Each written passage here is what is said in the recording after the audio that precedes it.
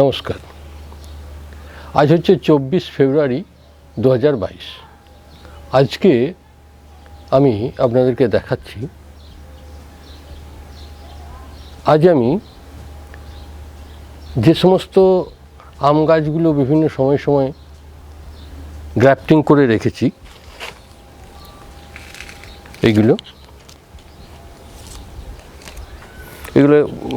প্রায় 2 বছর হয়ে গেল। এইগুলো গত বছর বর্ষার সময় করেছি। এই যে এগুলো মুকুল চলে এসেছে, এই যে দেখছি, বুঝতে পারছেন। এইগুলোকে আমি আপাতত খুব বড় পটে না নিয়ে গিয়ে তুলনামূলক একটু বড় পটে, এরকম একটা পটে এখন রিপোর্টিং করব। আর যেহেতু এগুলো ছোট গাছ, সেহেতু কিছু গাছ এই বছর যাতে আমি ফল নেব না, গাছ যদি ভালো করতে হয়, বিশেষ করে বনসাই করার জন্য, তাহলে প্রথম দিকে 1-2 বছর ফল নেওয়া যাবে না। তাই আমি এগুলোকে প্রয়োজন বোধে আমি মুকুলটা কেটে ফেলে দেবো।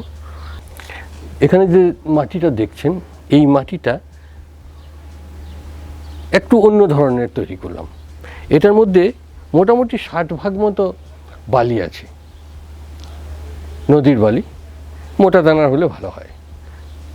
আর বাকি অংশটার মধ্যে ওই 20% মতো যেটা গার্ডেন সয়েল আছে, আর বাকিটা ওই কম্পোস্ট, তারপর কম্পোস্ট বা গোবর খাদ যে কোনো একটা দিলেন, সেই সঙ্গে অল্প পরিমাণে সরিষা খৈল, অল্প পরিমাণে নিম খোল, ব্যাস। আমি কিন্তু আর এর বেশি কিছু দিই না।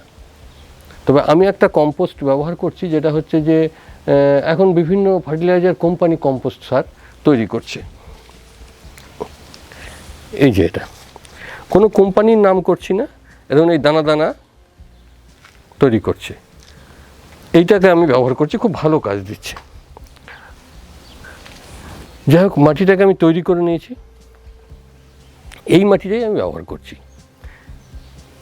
এখন আমি এইগুলোকে রিপোর্ট করব।